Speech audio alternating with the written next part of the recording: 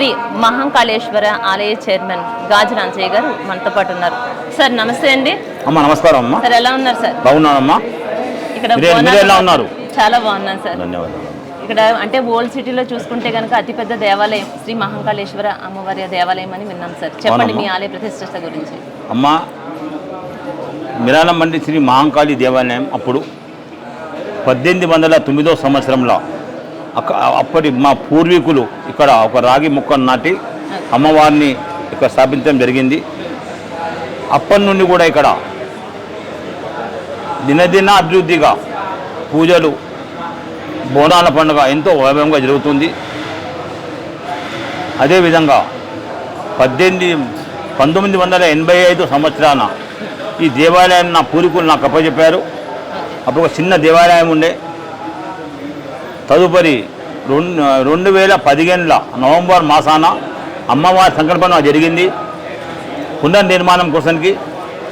అప్పుడు నవంబర్ 15వ తారీఖు నాడు ఇక్కడ పునర్నిర్మాణ కార్యక్రమం ప్రారంభమైంది.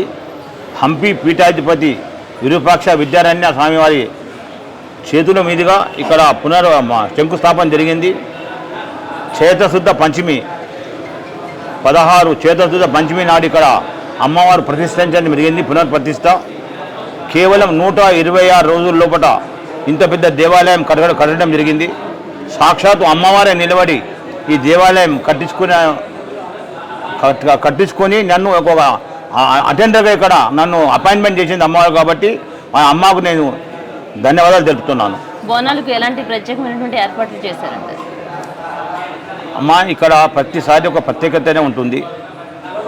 అయితే ఇక్కడ 1908 సంవత్సరంలో మా పూర్వీకులు అంటారు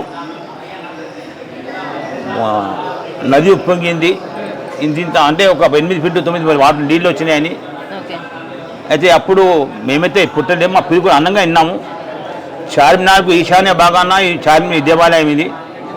ఇక్కడ నుండి అమ్మవారికి బంగారు చాటలు, పసుపు, కుంకుమ, ముత్యాలు, ఇంకా గాజులు, చీర ఇక్కడ అమ్మవారికి ఇక్కడ సమర్పిస్తేనే అమ్మవారు ఉప్పొంగిన ఆ నదిని మొత్తం అమ్మవారు శాంతించి అందరికీ చండని చూపులతో చూసిందని మా పేరుకు చెప్తుంటారు.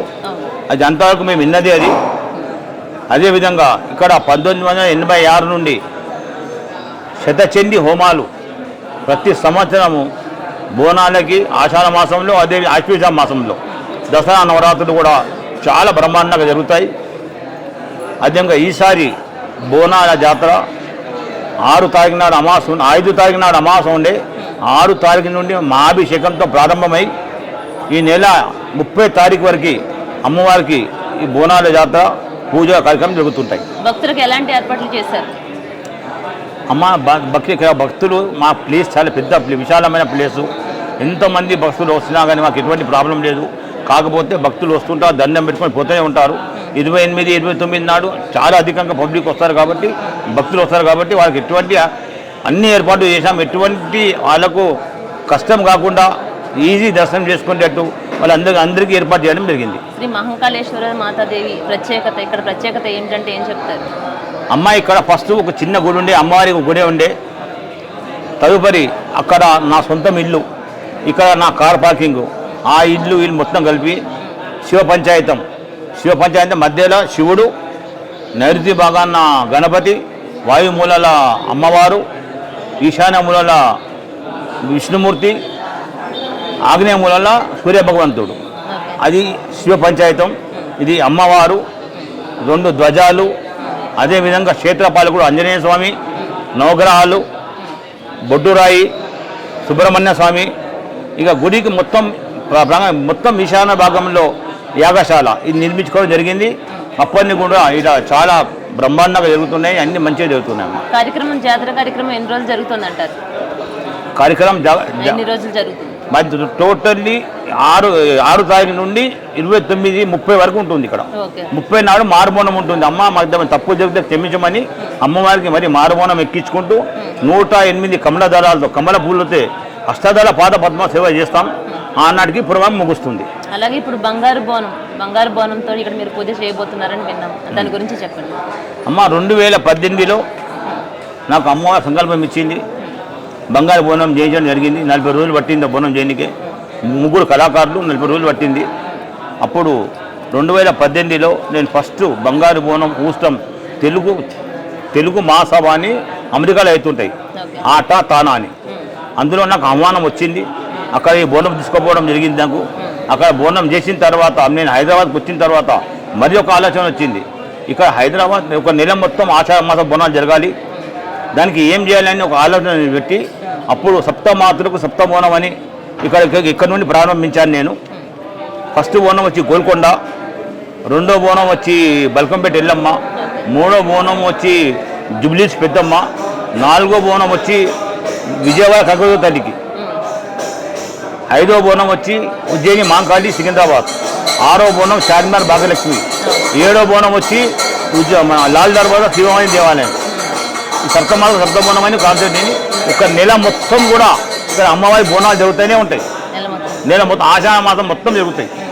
ఇక్కడ లోపలికి వస్తున్న దగ్గర నుంచి కూడా ఎంతో అలంకరంగా ఎంతో అందంగా తీర్చిదిద్దారు కదా, అంటే ప్రతిరోజు కూడా ఈ అలంకరణ మారుస్తూ ఉంటారా? ప్రతిరోజు మారుతుంటుంది. ఇక్కడే కాకుండా అంటే అలంకరణ ఆషాఢ మాసమనే కాదు, అమ్మవారి అలంకరణ ప్రతిరోజు జరుగుతుంది. ప్రతి శుక్రవారం మంగళవారం అమ్మ అభిషేకం జరుగుతుంది. ఆ అలంకరణ అట్లే ఉంటుంది. ఇంకా చేసేదాన్ని పంతులు.